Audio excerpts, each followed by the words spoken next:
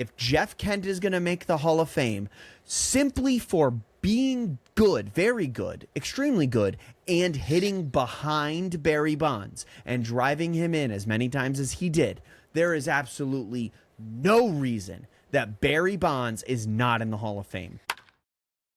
It is deep into the night, and like we are each and every week, Parker and I are here at Late Night Baseball, talking baseball, here with you as we get to the end of the year, a cold end of the year, though I always forget, Parker, you're in California. So what's the weather like over there for you? It is currently a balmy 66 degrees. Oh, yeah, give me a break. Whine about dude, it. I'm not gonna lie. This is gonna sound like first world problems coming from me. I love winter so much. I'm currently kind of sweating in this sweatshirt because I just want sweater weather. Like flannels, sweaters. My whole family's from New England, so it's very like sweaters and flannels and stuff like that. Yep. And I miss that so much. So, I mean, I don't envy your Chicago winters, but I would love some sweater weather. But do you get that where you're at in California? Like, does that really ever happen? In the mornings it will, and then like late January and for the first couple weeks of February we'll get like a frost or two. Yeah. But I am in the desert of California, so we'll get 125 degrees easy a couple times during the summer, and then it floats around 115, and then during the winters, yeah, like it is going to be probably 65. The high today was 80, and it is, a week before Christmas. That is wild. Well, folks, we're getting to the end of the year. Today's going to be a fun time here in Late Night Baseball. We're going to talk a little bit about what's been going on around the league, like we do each and every week. We're going to revisit Hall of Fame, the Hall of Fame Contemporary Era ballot from winter meetings. We really didn't touch on that, so we'll speak to that. And then we are going to put my knowledge and Parker's knowledge to the test on our own teams. How well do we know our 2025 Red Sox and White Sox? We'll find out today, so you'll want to stay tuned for that. But Parker, we get to the end of the year here, and if it weren't for Christmas to distract us, I would just sit here like almost like that meme of SpongeBob sitting in the cafe drinking that coffee, waiting for something to happen, because that's where we're at right now in the offseason. Yeah, I mean, everything really slows down between the winter meetings and Christmas. A lot of the GMs do take a bunch of time off and spend time with their families, justifiably so, before the holidays. So Christmas, New Year's, and then I mean, the posting time, though, for guys like Murakami and, Imai and things like that, that's still ticking. So, I mean, work is getting done, at least for teams that are involved in those sweepstakes. But, I mean, there's a couple things that we need to talk about in terms of what's going on in the offseason, because I'm pretty down bad right now in terms of my Red Sox, and there's some other teams that might not be so down bad. So let's discuss everything. Yeah, for sure. So I want to start with just some of the moves that we've seen over last week, and it seems like the floodgates have come off the relief market. I feel like in the last 3 days we've had basically every notable reliever sign, right, with the exception of Pete Fairbanks. And I want to, even though he was one of the first ones off the board, I want to go back to the Angels, who had been fortifying their bullpen, and they started all of this with, or excuse me, not the Angels, sorry, reverse. The Tigers added Kenley Jansen. And I think that's you could not be blamed for saying the Angels. And at first I was about to correct you, but yeah, Kenley Jansen, man, Kenley Jansen going to the Tigers. That's something. I think that guy's not going to retire until he just like puts himself at number 2 or 3 on the saves list.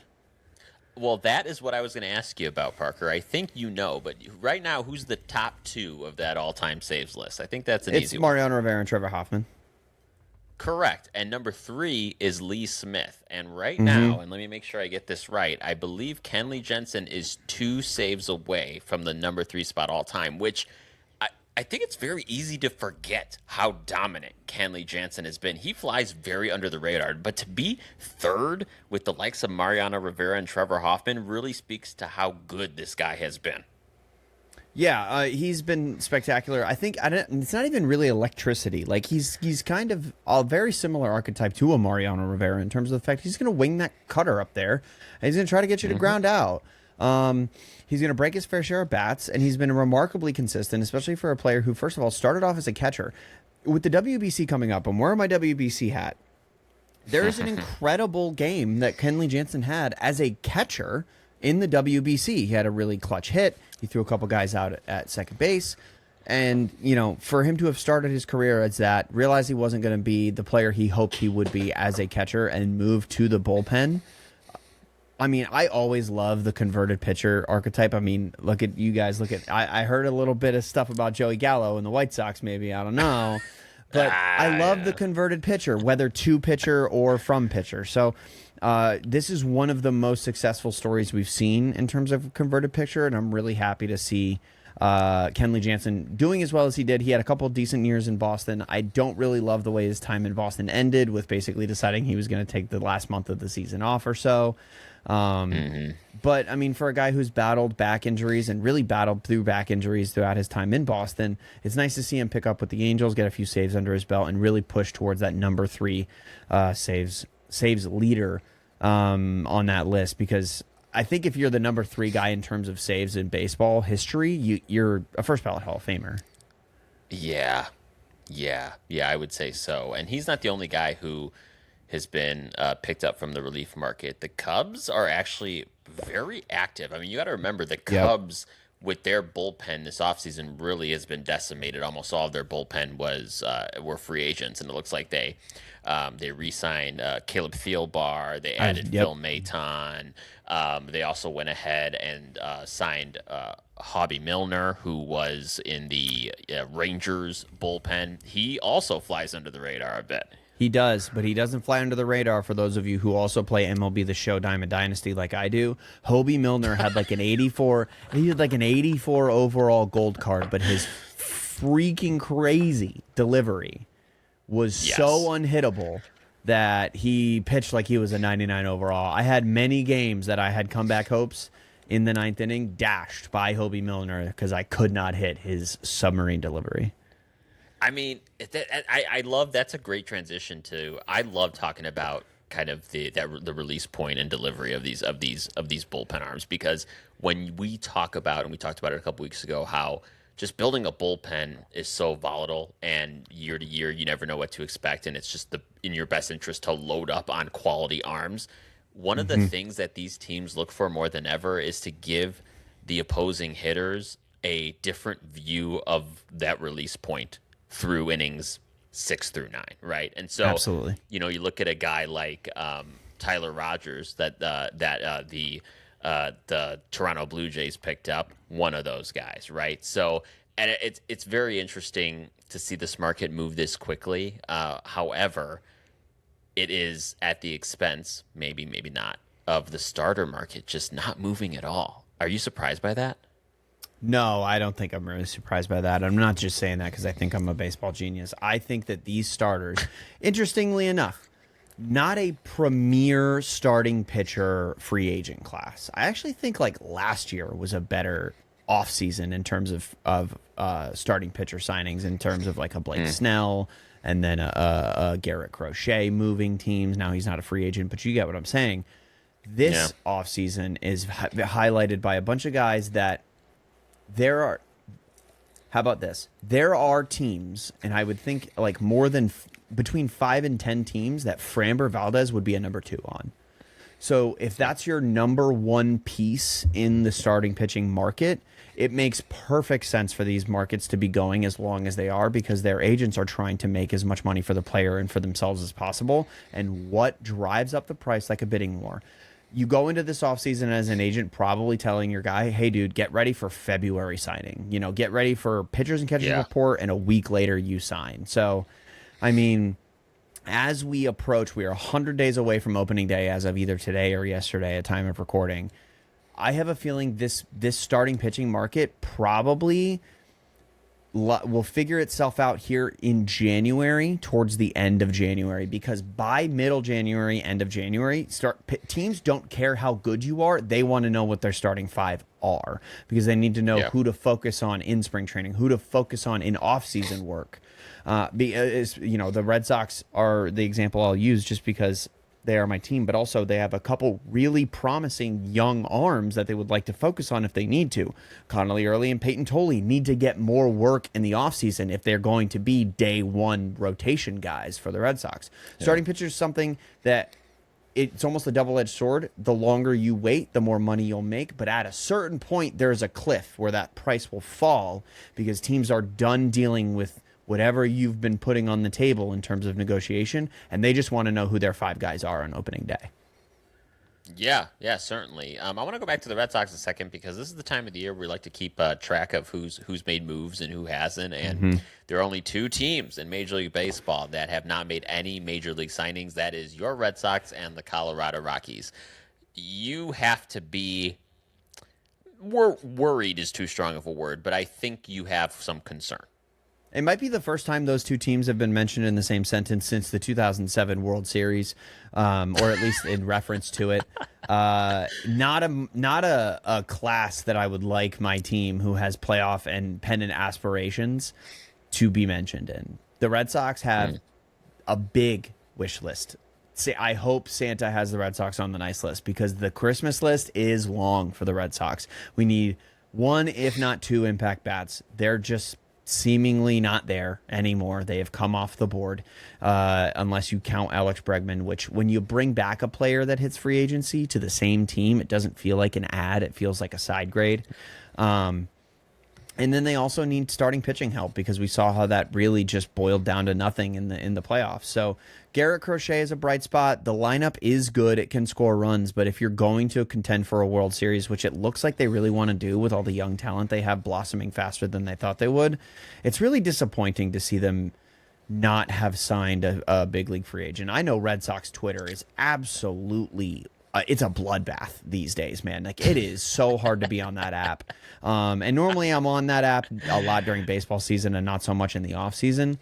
But I do like to open it and see what's going on. First of all, passing tweets have not been frequent, and none of those passing tweets have been regarding the Red Sox. So, I mean, we've made a couple trades. The Oviedo acquisition's fine, but you've got to get out there and sign some free agents. And unfortunately, Chris Cotillo just reported the other day out of Mass Live that the Red Sox don't believe in long-term contracts.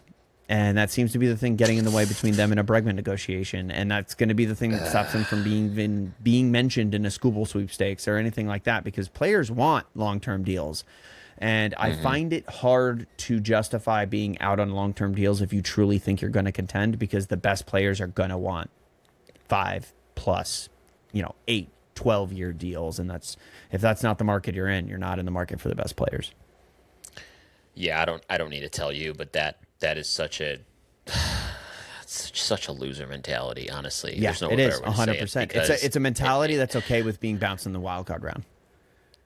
Yeah, 100%. And that gets even worse, which is interesting because they've had a tendency to try to extend guys early, but even then, I mean, that comes with its own set of risks. Case in point, Christian Campbell. Right? Come on. So I don't know what the approach is. Craig Breslow is fascinating to me because there's moments that we've seen him with the Red Sox where you're kind of like, all right, I see what you're doing. I appreciate you. I understand maybe what the plan is, but then it's just 1 step forward, 2 steps back, and I never really know what the long-term play is. So, yeah, it's interesting to see because, if they consider themselves a pitching lab, then why is somebody like Dustin May, who you and I have talked about has absolutely nasty stuff, we're okay with him going to the Cardinals? He was a free agent this offseason, and with somebody who has as much upside as Dustin May has appeared to have in recent seasons, it's ominous to me that the guy the Red Sox fired in Chaim Bloom is the guy that goes and gets Dustin May after he does not re-sign with the Red Sox. It's ominous, and it's really it makes me super nervous for what's going to happen in the rest of this offseason. Because if the Red Sox try to run back this roster minus an Alex Bregman, it's just a worse team from last year. I don't care how many Sonny Grays you add. Yeah, that's a really good point. Last thing I want to talk about as we catch up on free agency is the curious case of Kyle Tucker. And the reason I want to end with Kyle Tucker is the news out of the winter meetings was that Kyle Tucker's market, number one, not that robust. And number two, this whole thought of him getting 300, 350, 400 million, very much not on the table. And people are not wanting to pay him. And I don't want to say I called it, but we talked about this. I don't We see did. him as a $300+ million player. And I think that is shared across the industry, and there's concerns even about his love of the game, which you hate to hear. I don't know if there's any truth to that. I hate to even put credence to that, but there's shit like that out there too. What's going to happen with Tucker? I mean, this sounds like he could be a late sign guy as well. You know what this situation fully reminds me of? Not entirely, because, and I'll get into that in a second, but it reminds me a bit of the Anthony Rendon sweepstakes, because there were questions about his love for the game. He said it during his free agency that he was not married to the game of baseball. And Kyle Tucker, Anthony Rendon entered that sweepstakes off of MVP caliber seasons. I believe, did he win the MVP in 2019? Yeah, he won the MVP in 2019, I think. Either way, he was at least MVP 2 in 2 consecutive seasons. And then he hits the market, and it's like, oh my God, this guy he's going to be the best. And honestly, if he loved the game of baseball, and he was, I hate to put injuries and stuff like that on the player, but it did seem like during his time as an Angel that it was just like the motivation to rehab just wasn't there. And teams see that and they get spooked. And when you are worried that maybe a guy like Kyle Tucker, I just don't think the upside for Kyle Tucker is high enough to justify Anthony Rendon money. The upside for Anthony Rendon is an MVP. The upside for Kyle Tucker, the ceiling of the peak of his powers is like a Rafael Devers every year season. It's like 30 home runs, 100 RBI, and subpar defense. Yeah, absolutely. Rendon never won an MVP, but you mentioned his 2019 season that he was third in NL MVP voting. So, I mean, I think Kyle Tucker is having kind of a come to earth moment with the offers he's getting. I still do think that it'll probably be the Blue Jays is where he goes, and I do think that's probably the best fit for him, right? I mean, if you add Kyle Tucker to a lineup where you don't have to rely solely on Kyle Tucker, because Kyle Tucker's also like, let's remember what this guy's careers consist of. He's been on teams where he hasn't been the guy. When he was on the Astros and put up great seasons, he was not the guy in Houston. You know what I mean? So, like, I don't know that you can put him on a stage like a New York and or an LA. Or maybe LA would be good for him because he would definitely not be the guy there. So I think he's just, his personality is very unique. Like you said, 30, 100 tops. It's amazing how quickly this shifted. I don't think he's going to get that huge deal that we were all thinking. I would not be surprised if he comes away with like 12 years, 350. Like, that's if he really wants the longevity deal, if that's the thing that gets him is the years, then I could see him taking a big hit in AAV, going down to like, 25 to 30 million a year. Yeah. If I'm a GM, I'm not paying him more than 30 AAV. I'm just not. Yeah, I just don't know if he's worth it. Especially, I mean, last year, that's the crazy thing is we are saying this about a 4.64 player last year. I know. And in 600 plate appearances, 133 hits. His OPS plus last year was 143, so he's a great hitter. But he can't play defense. Like, I'm sorry. And it's not like he's not so much a liability. He's not a Schwarber in the outfield, right? But Castellanos, is that a good defensive comp? I kind of put him in that ballpark. No, really? I would put Tucker above Castellanos. Castellanos is like if I put an ant out there, is what Castellanos is. You're not wrong. But like what defense is nowhere, he is a below average defender. And correct. Juan Soto also is a below average defender, but Juan Soto is going to break the record for the amount of times one single human being has reached base, I think, in the course of his career. Yeah. So, I mean, that's maybe it's not worth $800 million as we've seen. I think that we have been so spoiled with the past 2 off seasons of Shohei Ohtani and Juan Soto that Kyle Tucker entered this offseason with the intention of continuing a trend of ballooning salaries. And when you look at his production combined with the fact that MLB owners are very optimistic about a salary cap this upcoming next offseason after this one, I just don't think it's don't think it's a good time for Kyle Tucker to be a free agent. No, not at all. The one guy who did have a better WAR, according to Fangraphs in 2025, Cody Bellinger. Kyle Tucker 4.5 WAR, Cody Bellinger 4.9. That surprised me when I saw that. Yeah, I'm actually going to pull up his Savant page because Cody Bellinger, I test as a guy who probably benefited a lot from Yankee Stadium. Now, one thing that Cody Bellinger very much benefits from in terms of the WAR conversation, especially F-WAR, is defense. He is a premier defender. 93rd percentile outs above average, 91st percentile arm value, and 83% percentile arm strength. With a sprint speed of 72, he is a true, very good center fielder. Honestly, the only reason he didn't win a Gold Glove in center field this year is because Cesar Rafaela might be the second coming of, like, one of the best center fielders of all time. I wouldn't even say a name. But absolutely, Cody Bellinger benefits from Yankee Stadium, and every single one of his home runs was pull side. Every single one of his 29 home runs was pull side. And, you know, that's going to be a big part of what happens in Yankee Stadium. There was not a better place for Cody Bellinger to go on a pillow contract than Yankee Stadium. So I think a lot of teams are also weary of that. But that being said, Cody Bellinger brings so much more to the table than just home runs. He is a decent contact hitter. He is a soft-hitting center fielder that in the right situation can give you between, well, his last two seasons are 18 and 29 home runs. Now, he hit in the last two seasons in maybe the worst ballpark for his swing, which is a Wrigley Field that the wind is blowing in, and then maybe the best ballpark for his swing, which is a Yankee Stadium with the porch in right field. So we've seen the worst case and the best case in the last two seasons. And if you find somewhere in the middle and you get a 23 home run, 780 OPS Cody Bellinger, I think he could sign a 6-year deal worth like 150 to maybe $200 million. I still want him on the San Francisco Giants. I just think that would be such a good place for him. I think that the team and environment would be a good place, but we have already seen guys turn down San Francisco only because of the ballpark. Yeah, I know. That's an unfortunate reality. JD Martinez. That sucks. I do love San Francisco. All right. So we'll keep following that.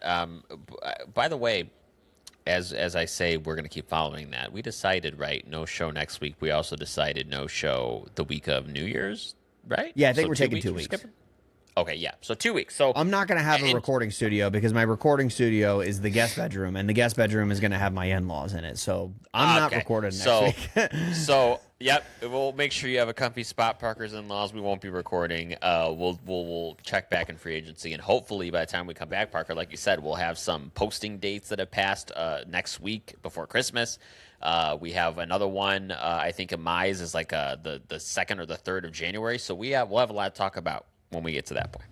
So yeah, okay. So I'll do something I've never done on the show before, and eventually in a second. But I will say, if there's a massive signing, if Kyle Tucker or Amai or in my opinion Murakami, or if the Red Sox sign maybe like a peanut salesman, I will commit to trying to do like shorts on the platforms, and they can go ahead and get posted out.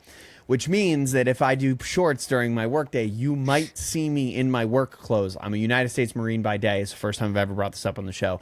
So if you see me in my uniform, it's not a big deal. I'm just here to talk about ball. Heck yeah, I love that, Parker. I love that. All right, so before we get to the main event, or really a special competition we're going to have, I do want to talk about the Hall of Fame because, Parker, we neglected to talk about it over the last couple of weeks, and I think you and I, first off, we always have really good Hall of Fame conversations because we're very passionate about this stuff. We're passionate about the voting. We're passionate about how it's decided, who gets in, who doesn't, all the politics behind it. But absolutely, now that we've sat with it a little bit, we do know that obviously the contemporary era ballot, the contemporary era committee, voted on their ballot during the winter meetings. Obviously, how that works is you have to get at least 12 votes out of that committee, at least 75% to be voted in. And there was a huge ballot. I mean, we're talking Barry Bonds, Gary Sheffield, Roger Clemens, Dale Murphy, Don Mattingly, Jeff Kent, and the only guy that got in was Jeff Kent. I mean, I think this told us so much about where we're at in the Hall of Fame. What did you make of this contemporary era vote? I have a much colder take that I will use first, and then I'm going to go on a bit of a rant. So buckle up. Right. Don Mattingly deserves to be a Hall of Famer. Don Mattingly's a Hall of Famer. This is a Red Sox fan telling you that Don Mattingly is one of the best first basemen to ever live, and he is a Hall of Famer. If Jeff Kent's in the Hall of Fame, so is Don Mattingly, in my opinion. Second off, here's the rant.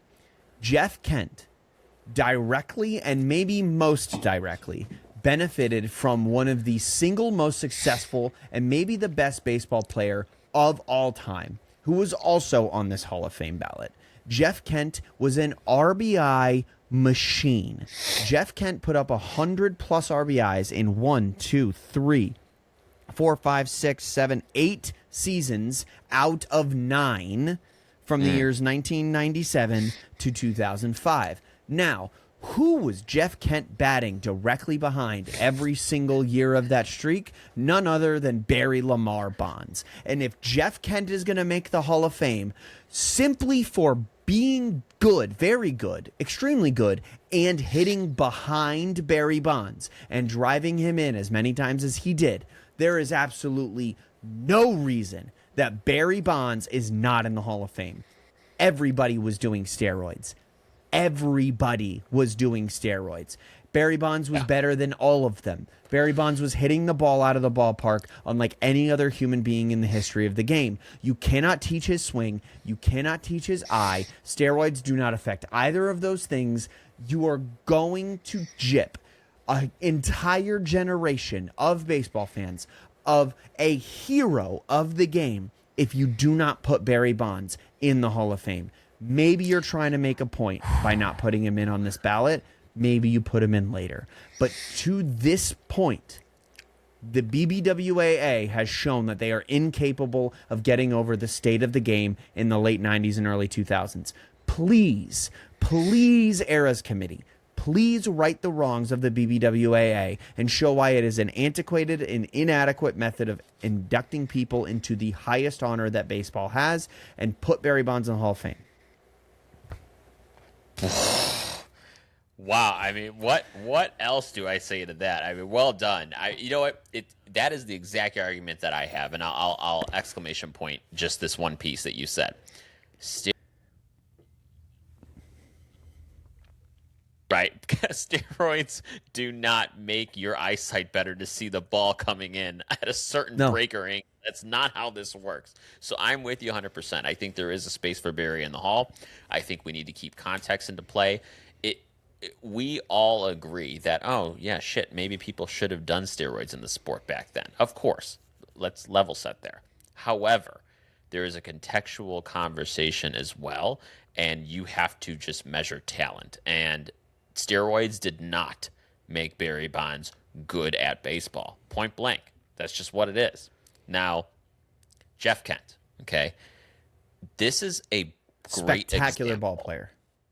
Yes, absolutely spectacular. And this is why this is a great example of why you and I get so up in arms about the BBWAA, about their voting process. Because Jeff Kent is one of those guys. Don Mattingly is one of those guys that should never have been in this position in the first place. What the hell are we doing? You're telling me that you did not vote in the home run leader at their position into the Hall of Fame? Come on. What are we doing? Yeah, that's absolutely nuts. That's absolutely nuts. If you look at Jeff Kent's stats, he was at best last year's Marcus Semien until he became a Giant. Yes. And to me, that speaks volumes. Now, Marcus Semien's a great player. Marcus Semien's awesome. But Jeff Kent didn't become a Giant until he was 29 years old. And Jeff Kent didn't get MVP votes until he was 29 years old. And to me, that's just everything, because he was MVP 8, MVP 9, MVP 26, MVP 1, All-Star Silver Slugger the next year, MVP 6 the year after that. Took a year off from being spectacular. I bet you he got hurt. Only played 130 games, so I bet you that had something to do with it. All-Star and MVP 13 the next year, MVP 19 and All-Star the next year. He was incredible, and the environment he was in was a big part of that. Now, Barry Bonds does not necessarily mean that he is the whole reason that Jeff Kent is in the Hall of Fame. Jeff Kent is a spectacular ball player. I loved playing as Jeff Kent in MLB Slugfest, in Triple Play Baseball, in all those old games, MVP 05. Jeff Kent was a dog. I love it. I just can't look past the implication that somebody so good benefited so much from one of the best players in baseball who has been done so dirty. And while this is 100% Jeff Kent's award, he's an MVP, a 5-time All-Star, a 4-time Silver Slugger, and now he's a Hall of Famer. If we can do right by him, we need to do right by the other legends of the game. The fact that Roger Clemens and Barry Bonds are not in the Hall of Fame is absolutely crazy to me. And I think Alex Rodriguez is in like his last year on the regular ballot. Like, what are we doing? I don't know. I don't know. It's this is a great example of, I think, us wanting to be just so righteous is getting in the way of steroids saved the game. They saved the game we love. Yeah, I mean, you want to go back to McGuire, Sammy Sosa, guys. If that year didn't happen, I don't know that we're talking about baseball right now the way we're talking about it. You have to remember the series of events. It was that strike, right, in 94. Baseball took a dip. There was throughout that no whole World decade. Series in 94. No World Series. Trust me, White Sox fans know there was no World Series because we probably would have won the damn thing. Yes, we absolutely, know. they probably would have won it. That or the Expos. So, that or the Expos. Or the Blue Jays. There's no that came out baseball the in World Series. Montreal because of that strike. Oh, yeah. Wow. I mean, that's one thing we should do in the future. A deep dive on that. Oh, yeah. That was such a, I'm going to put a pin That was in an that one. anomaly in baseball, for sure. The 94 wild. season was a death nail in the coffin of baseball that was already on the decline. And then steroids saved the game, as much as we love to hate on them. And then, yes, we clean up the game. It benefits from that. It is a better product now, but it was more exciting. It was what the world needed and wanted back then. We're talking about Y2K. We're talking about some of the most sensational times in human history. Everything needed to be big. Everything needed to be grand. And that's what it was. And I have zero doubt in my mind that Bud Selig knew and if not, assisted in the steroid culture, then at least was complicit in it. And he's a Hall of Famer.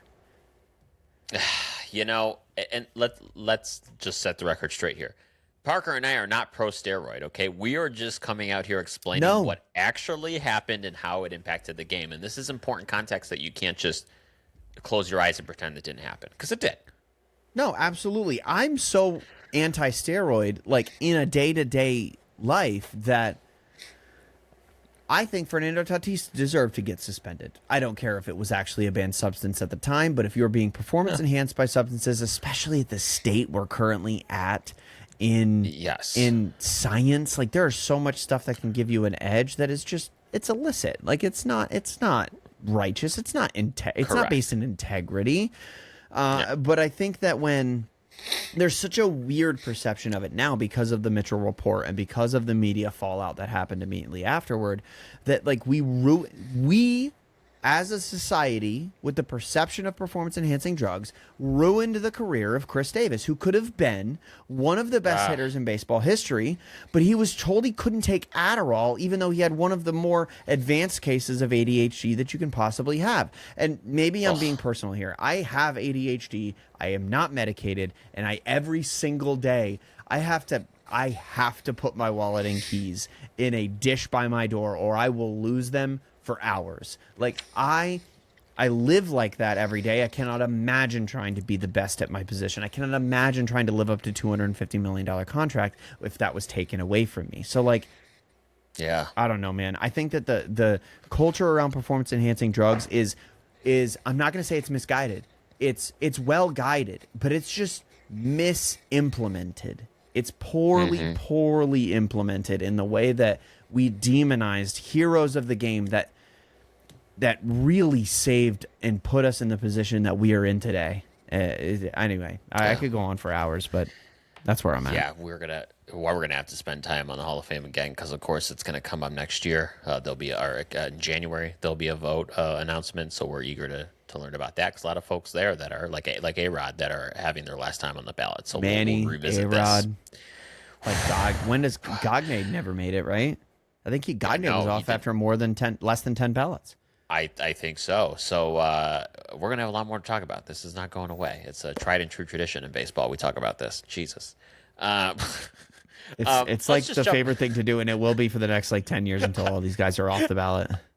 I know. It's just wild. All right, Parker, let's get into the good stuff. Now, I thought this would be a good idea, and I'm glad that you thought the same. We're both very excited about this exercise. So what we want to do, obviously, Parker's a Red Sox fan. I'm a White Sox fan, and we want to see how well we know our 2025 team. So what we're going to do here is we're going to try to name every single player that played for our teams in 2025. Yes, that includes those bullpen guys who pitched an inning. It includes that,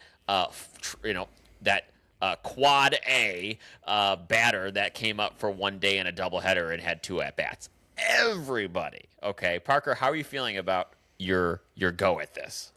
I have no doubt that I will get guys that played 30 games or more. Once we get below that threshold, I'm getting real nervous about all these relievers. I think the reliever and catcher position, and maybe just pitchers in general, are just going to be really hard. The bullpen we're bound to be doomed by the bullpens. That's what's going to get us 100%. For sure. Now, I think I have an inherent disadvantage because if there was any year the White Sox had a bunch of randos, it was this year. Okay, let's just talk about that. I got the rando roster. Oh, that's great. We're gonna have you go first, Parker. So here's what I'm gonna do. I do have a little visual here because this is brought to us by our friends at Sporkle, and by friends I don't know anyone. Not sponsored now. Not sponsored. Would love to be. Sporkle. Would love to be. This will be a sport. Believe, dude, if we're sponsored by Sporkle, this is a Sporkle show. We're doing Sporkles every freaking episode. Late night Sporkle. Here we go. Let's do it. All right. Let's see if I can. I'm trying to think about how I want to do this. Take your time and do whatever. Nice. I can always edit out any dead time that the viewers might be subjected to. Oh, perfect. All right. So here's what we got here. Oh, so wow. This, I can't see anything. Gentlemen. So this, ladies and gentlemen, is 58 players that played for the Red Sox in 2025. Now, the timer says 20 minutes, and obviously we don't take the full 20 minutes. So I'm going to go ahead and press play on this bad boy, and you are going to start giving me your Red Sox. Roman Anthony. Ha ha ha. Boom. Marcelo Meyer. Christian Campbell. All right, getting the easy ones Rafael out here. Devers. This is all right, such now a great exercise. I'm going to start going position by position. So Connor Wong, that's the start in the catcher position. Carlos Narvaez.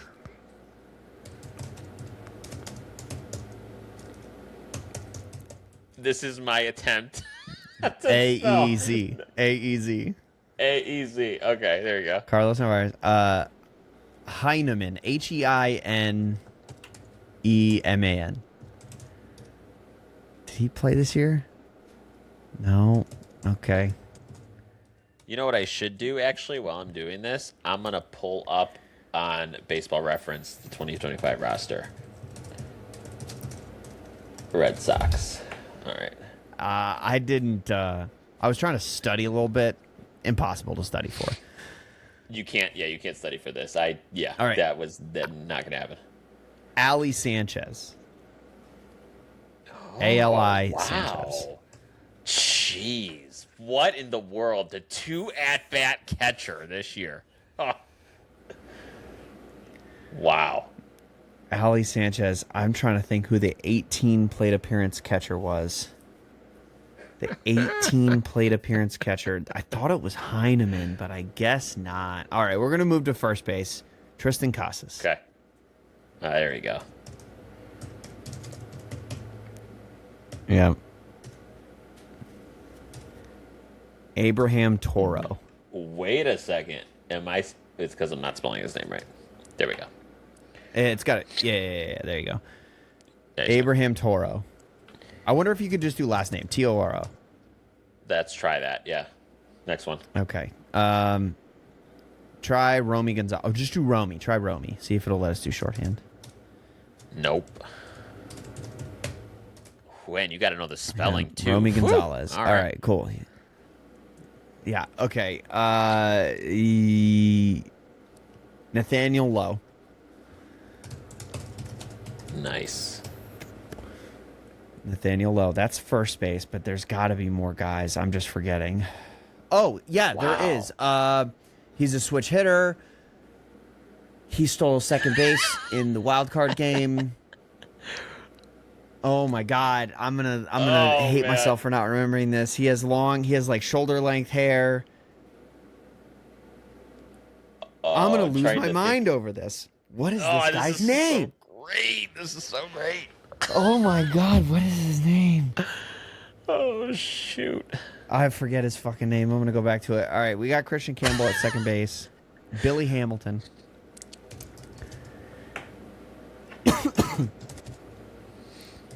Not Billy Hamilton. What the? David Hamilton. David Hamilton. I was gonna say, like, what do you wait? Billy Hamilton hasn't done shit lately. Go ahead. Yeah, David Hamilton. Okay, second base gets me thinking Cedon Rafaela. Good luck spelling that. Seddanne, I think. Ooh, I have it right. There's here. some Hold double on. letters in there.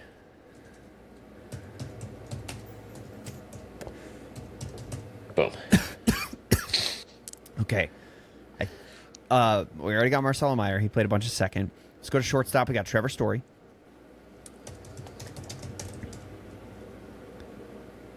Okay, Alex Bregman.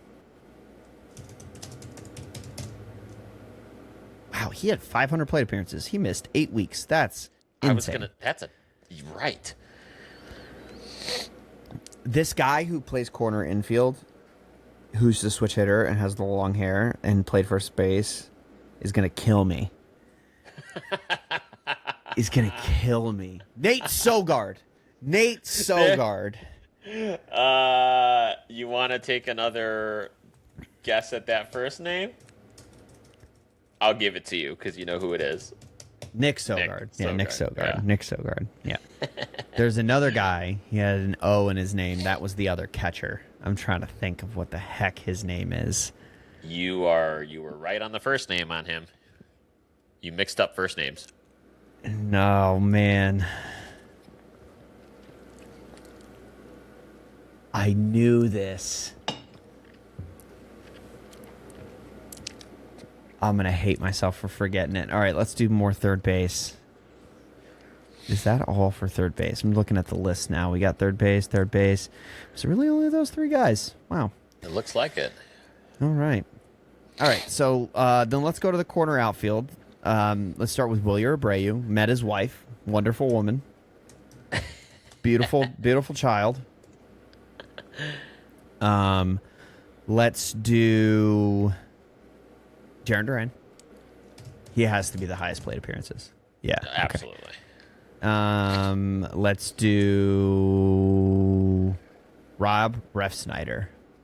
Nice. That's a good pull. Rob Refsnyder. Another DH. Wow, Ooh, this yeah, is where you it's should going to get get this one. really hard. You should get this one. This one's a big one. DH. Oh, Nate Eaton's on there. He's the utility guy. Yep. Nate Eaton's on there. Oh, man. I love that they pop up on the freaking pitching. That's actually I know, nuts. right? Is that Okay. crazy? Position players pitching. Yeah, Nate Eaton. Oh, man. This catcher's going to kill me. It's like Osmet or like... No. Oh man.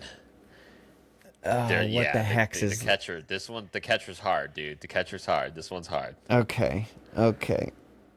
Don't even harp on it. You'll come back. You know what? Here, how about this? You have fun spelling Justinson Garcia. Well, the good news is I have it right in front of me. So I have the password in front of me. Let's see. Boom, right there. There you go. Great job spelling his name. Who's this other DH? First of all, I like to point out, I'm crushing it. First of all, you totally are on the position players. Also, by the way, you're gonna kick yourself with the DH. You know this, Parker. This is not even who DH'd for the Red Sox, and we're talking 205 plate appearances. So we had Jarren Duran DH quite a bit. Come on, man. Is he a left fielder? No. This guy's basically exclusively a DH. Now. Oh, it's Masataka Yoshida. Thank you. Yeah. Masataka Yoshida. This freaking catcher's gonna kill me, man. I'm moving on. I can't look at that. Yeah, I knew the catcher was gonna give me fits. This may be the one that sinks your ship. Let's move on to pitchers. Speaking of Fitz, Richard Fitz. Ah, nice. I love a good segue. All right, Richard Fitz. Let's go with Garrett Crochet. Perfect. Let's just start off strong. Knock out the easy ones. Let's go Walker Buehler. Brian Bayo. Brayan. Yeah, Brian Bayo. Lucas Giolito. Connolly Early.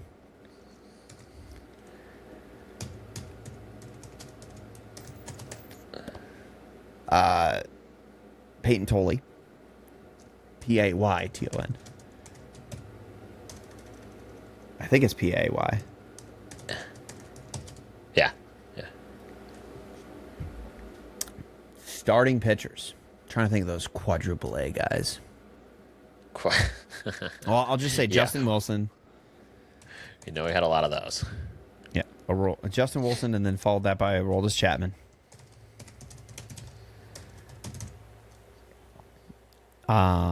Garrett Whitlock. Nice. Yeah, I figured he was the 72 innings pitched. 67 innings pitched. Talk about a guy I'm going to kick myself if I don't get. Spacing on these freaking relievers, man. Tanner Houck.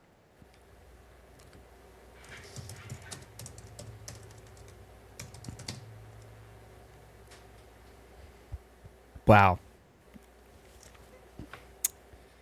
Oh, is it? It's not De La Rosa. Who's the guy that pitched the last game of the season for us? He made one start.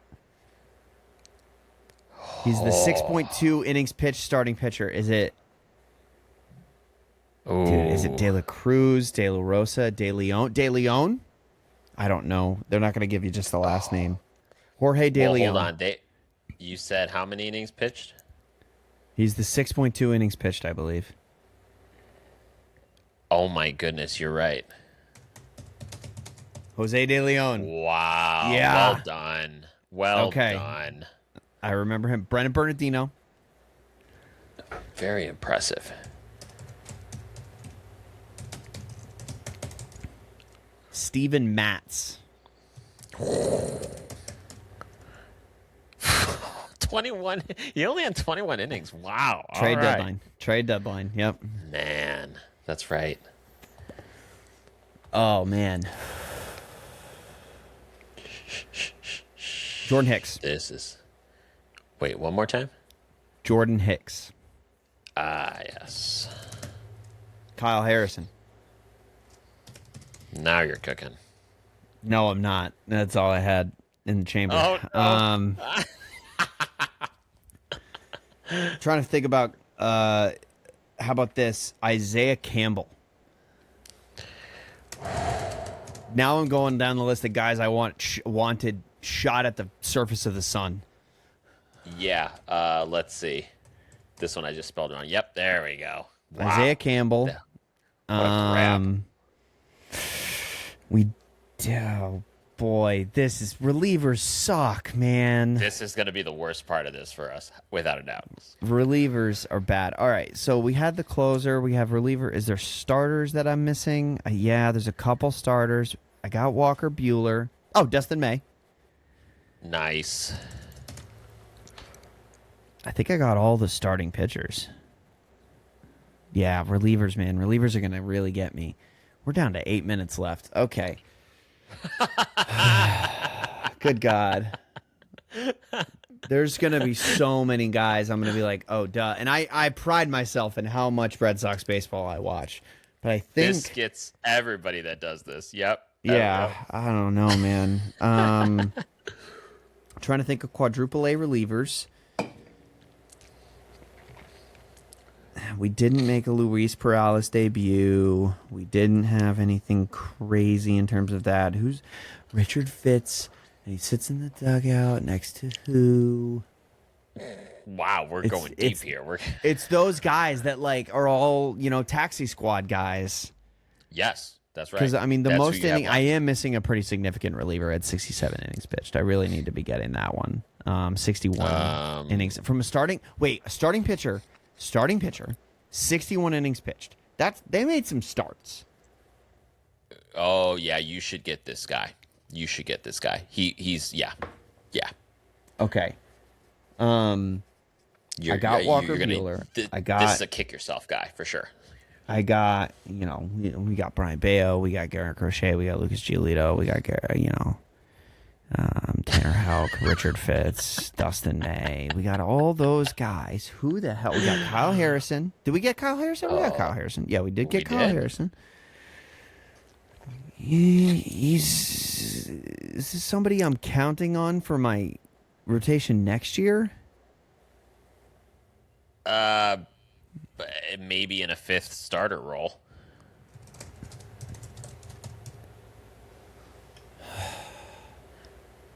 Oh man, you're gonna kick yourself on this one. I know, I am. We've talked about him, I'm sure. Who's my? It sucks too because it's like I'm in the middle of it, so my brain is blanking. But I know who this guy is. Well, technically, you know who all of them are, but good luck. Yeah, theoretically, I know them all. I'm gonna try to get this starting pitcher, and we'll call it. But okay. All right. Oh man, it's got to be one of those guys that like came back from injury. Patrick Sandoval didn't make any starts. Tanner Houck, I already got him. I'm gonna start giving you guys giving you hints on this guy. So this guy, what hint could I give you for this guy? Handedness. He is a... Hold on, if I could actually look up his handedness. I was not prepared for that question. He's 25. He is a right-handed pitcher. And he pitched 60 innings. He a bunch of missed, starts. Let's see. So he pitched at Texas Tech University. He was actually, he was recalled early in the season, and he was the 27th man during a doubleheader against the Cardinals. Oh, I definitely should know this guy. Previous teams, all Red Sox? All Red Sox. 25, so. He, in a game, this should give it away, maybe. In a game over the summer, he tore his right ACL. Oh, my God. Hunter Dobbins. There you go. I knew you were going to kick yourself on that one. I love me some Hunter Dobbins. And yes, I am counting on him this upcoming season. One of the most active Red Sox players on Twitter. There you go. Your boy Hunter. Man, that was... Whew. If you had said something about his dad and being a pitching coach for the Yankees, I would have noticed. I would have gotten it. Oh, that's a good point. I think I'm good. I think I'm done. All right. Wow. Yeah, that was... Oh, man, that was... Who's the catcher? I need to know the fucking catcher. Blake Sable. No! You knew I it. You knew it. that. Oh my God, my and I God. miss Greg Weissert. Sean I should have Newcomb. known Sean Newcomb. Liam Hendricks, man. No, I miss Liam Hendricks. Josh No way you were Winkowski gonna actually. get Giovanni Moran, you were Nick not going to get a Birdie. Giovanni Moran. There's no way. No. Jorge Ocala, I definitely should have gotten. Winkowski, I should have gotten. Cooper Criswell is the most. I should have known that. That was the guy that I was saying sits next to Richard Fitz. There you go. I can't believe Luis Guerrero. I didn't remember him pitching for this team. Wow. Greg that was Weissert, I good. definitely should have gotten. That guy came and did some really good stuff for us this year.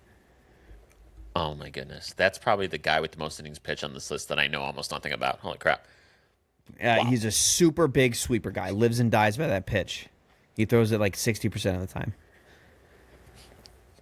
That was hella fun, and that's only halfway I through love this, that. folks. Oh man. Oh man. That was cool. That was cool. So do me a favor before we do mine, like I did with mine. With yours, I pulled up the Red Sox so I can check you as we were going. So pull up the White Sox Baseball Reference 2025 team, and you'll have them all there. Okay. The 40 man? And I'll not the 40 man. Roster There's, appearances. I got it. Bingo, yeah. So let me pull up. Oh goodness, this is 66. Oh my god. Kill me. Here we go. 66. Let me share my screen. 66. This is the all quad A team. Here we go. Oh man. Oh nuts. Dude, nuts. you're Where's the share screwed. I'm looking at this list. This is where Parker is totally kicking my ass on this exercise. I'm telling you. All right. Here we go, friends. Here's our list. Here we go. All right, I think the right thing to do is just to do this as quickly as I can with the people that I know, right? So let's do, I'm going across the field here. Andrew Vaughn,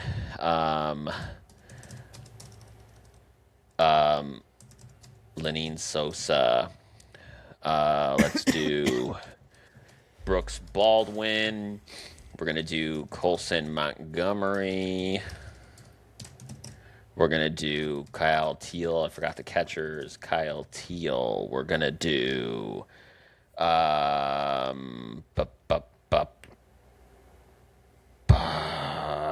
Edgar Caro. Yep. We're going to do... Wow, I'm having a real struggle with the third catcher. That's so dumb because I know the third catcher. You know the third catcher. We watched him in spring training. We watched him. Corey Lee. That should not even be an issue. Oh, God. I'm going to come back to that one. All right, third base, we have Miguel Vargas, Josh Yes, that's Rojas. your number one in games started. That's wild. I would not have guessed that. Yeah. Andrew Benintendi. Number 4 in games started.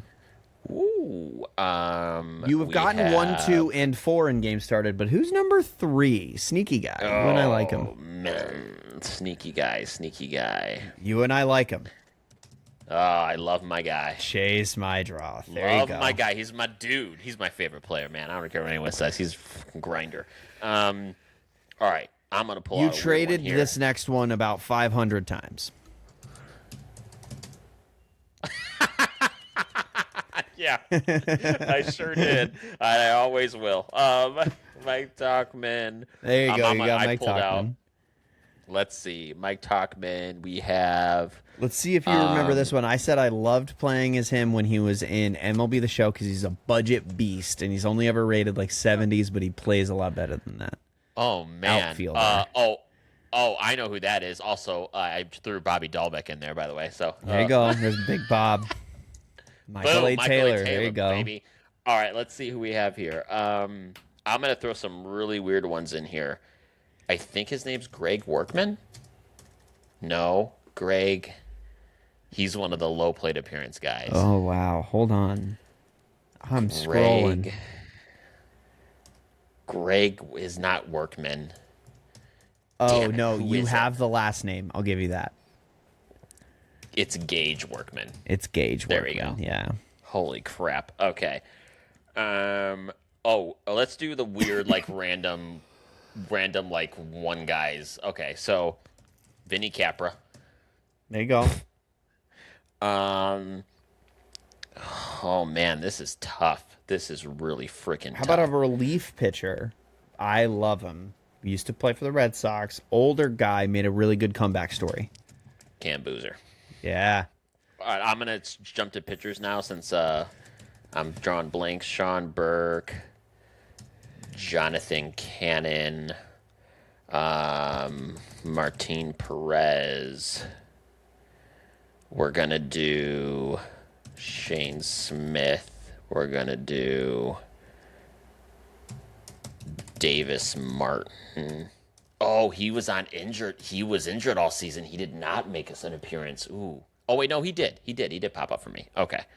Oh wait, who am I thinking of? Well, who's the guy that was injured all year? No, Martin Perez, but he made appearances, so he's in there. There's another MA name that you might be thinking of that was injured quite a bit. Oh shoot. I think he was injured. He only had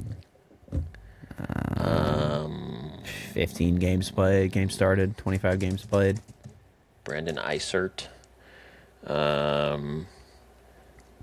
Jordan Leisure. Wow, look at you go.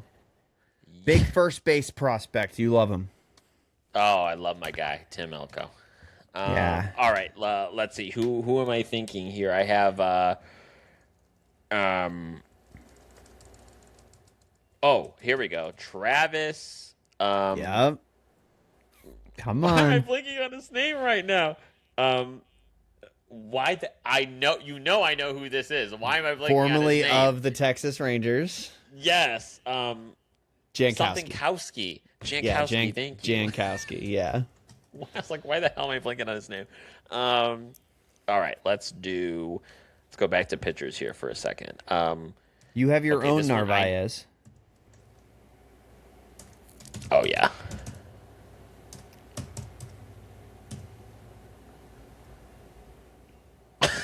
A-E-A-Z. A-E-Z. Easy. That's what I thought. Okay, he's the catcher. Okay, so I'm blanking on the guy's spelling of this guy's name, so help me out. It's Yoendres Gomez? Oh, God. Yeah. Is he on there? Yoendrys. Wait, one more time? Yoendrys.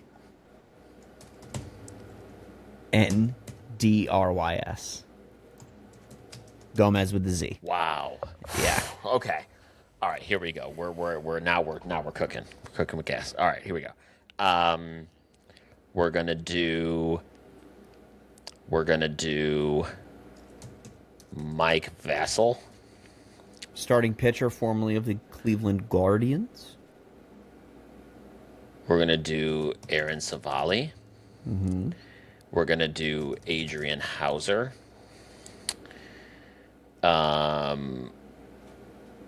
Oh goodness. What? I'm trying to think of. I have so many guys like spinning in my brain right now. It's kind of wild. Go position by position if you need to. All right, so outfield, and then we have a. What the hell is CI? That's got to be a typo. What the hell is that? CI? Can you make it make sense for me? C-I? Like the beginning of their last name? No, right here in the parentheses it says 132 plate appearances. CI. Is it a catcher infielder maybe? That can't be, right? No. Did you have any No guys way. that played How many catchers do you have? Who'd you get for catchers? Omar Narvaez, Kyle Teal, Edgar Caro. Oh God, this is really hard. I know why. Oh, the other catcher. Yep. Holy This crap! is the guy that Yep. And he Totally played forgot about him. a game at first base. Went to the Yankees. That was a trade. Yes, he did. See, I'm trying to remember. There was some middle infielders that I'm forgetting. Quite a few. I already got Bobby Dahlbeck. Did you already get?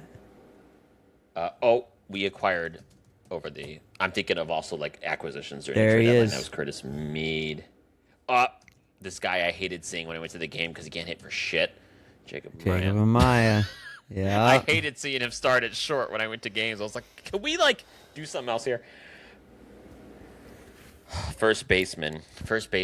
We had a lot of first basemen after Tim Elko. You've got Miguel Vargas, Lenyn Sosa, and Juvon Timelko. Boom. You got Curtis Ryan Noda. Mead. Ryan Noda. Yep. Curtis God, you Mead. had fucking a million first basemen. I know. That was part of the problem.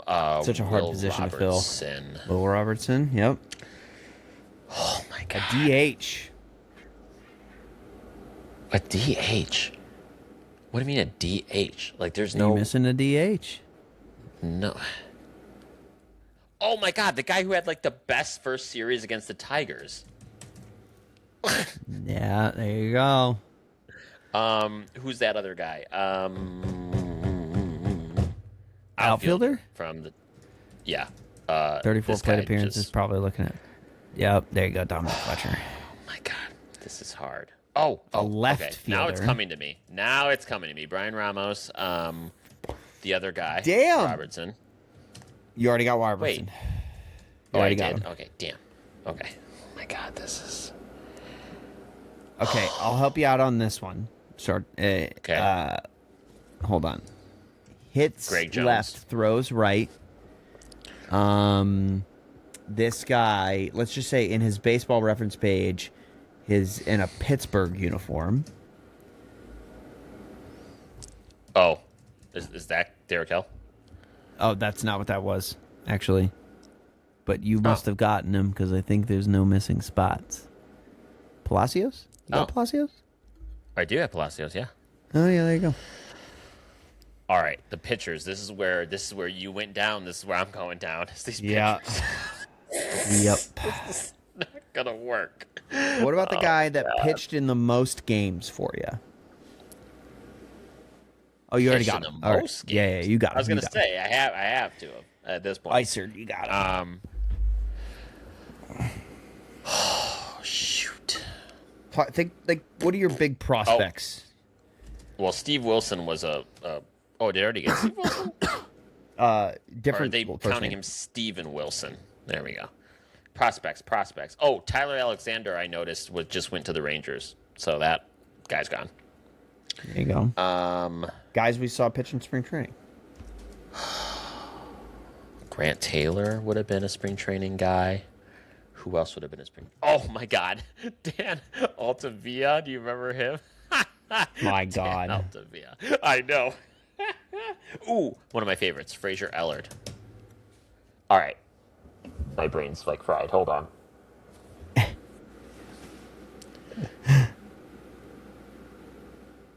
Bryce What's Wilson. the most Italian name you've ever heard in your life?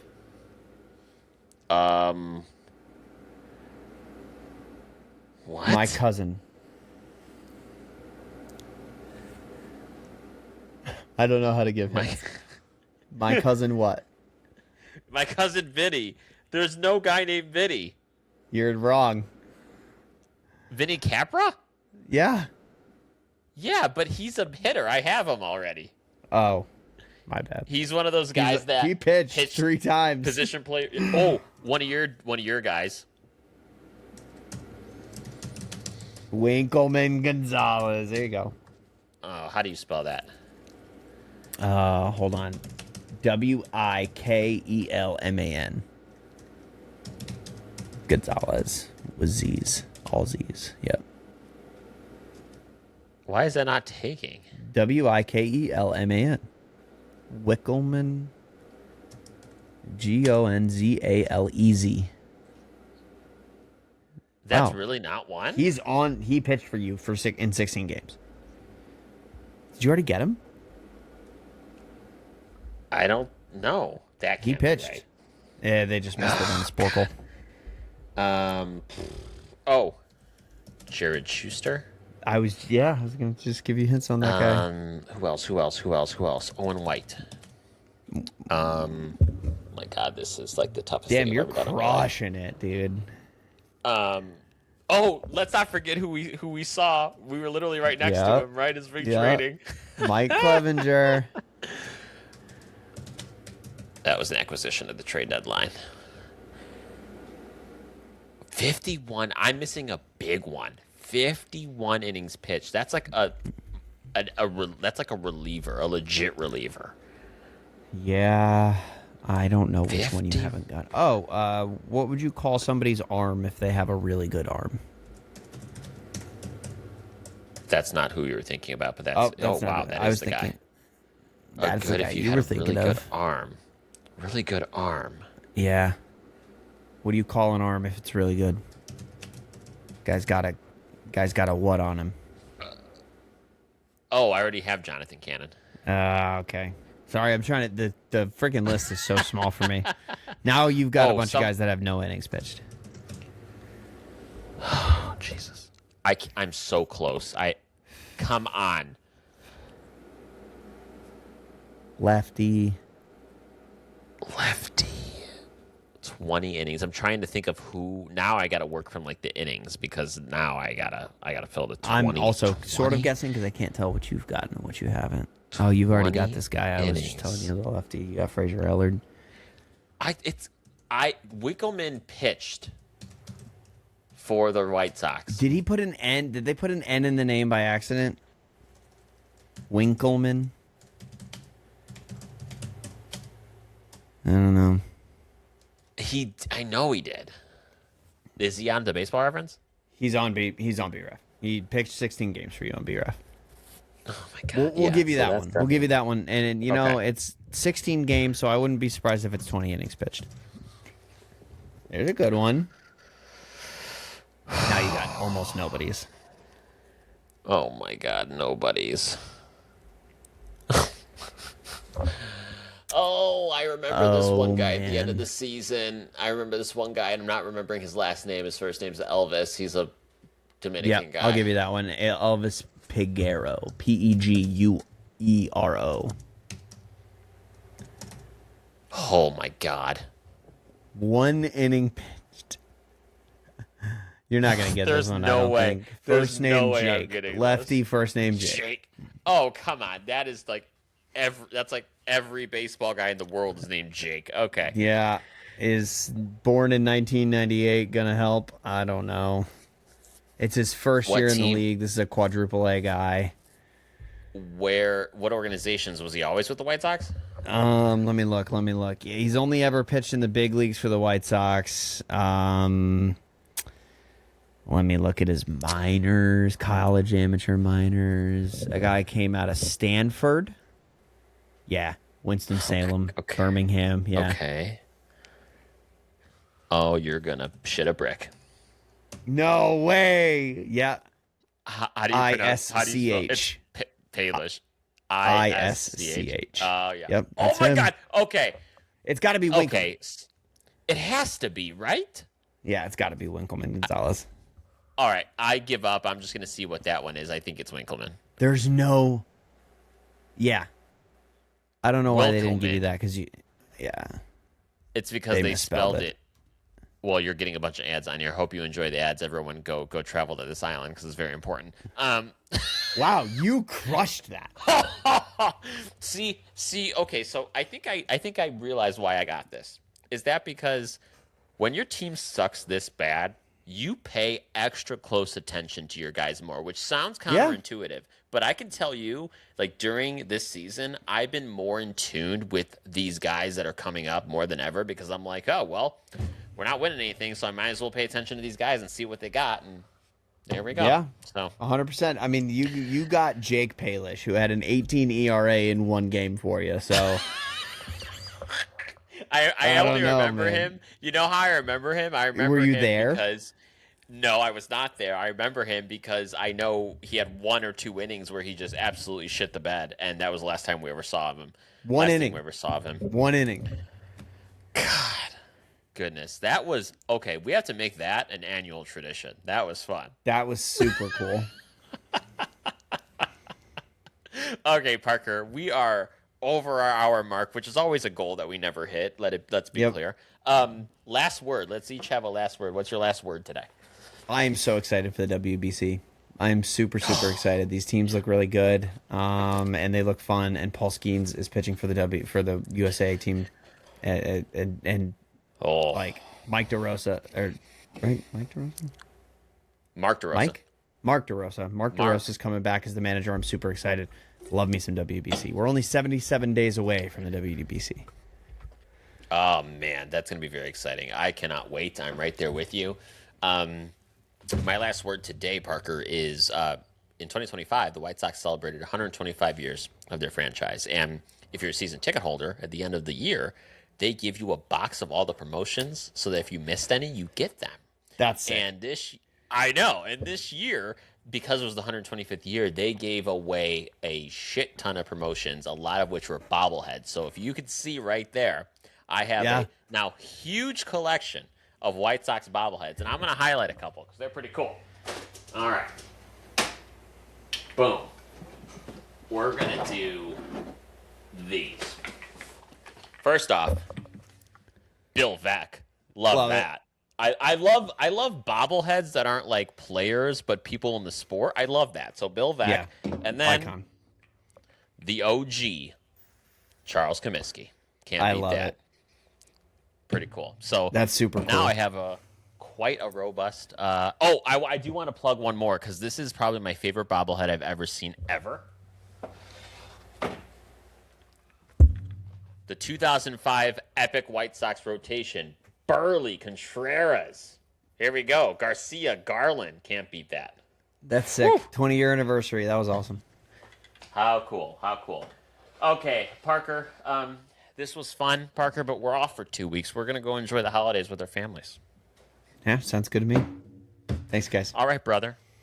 Take care, everybody. Thanks for tuning in to Late Night Baseball. Make sure you're following us on YouTube, on Spotify, on the socials, anywhere they get your baseball content, but make sure you get it from us. Take care, everyone. Have a great holiday.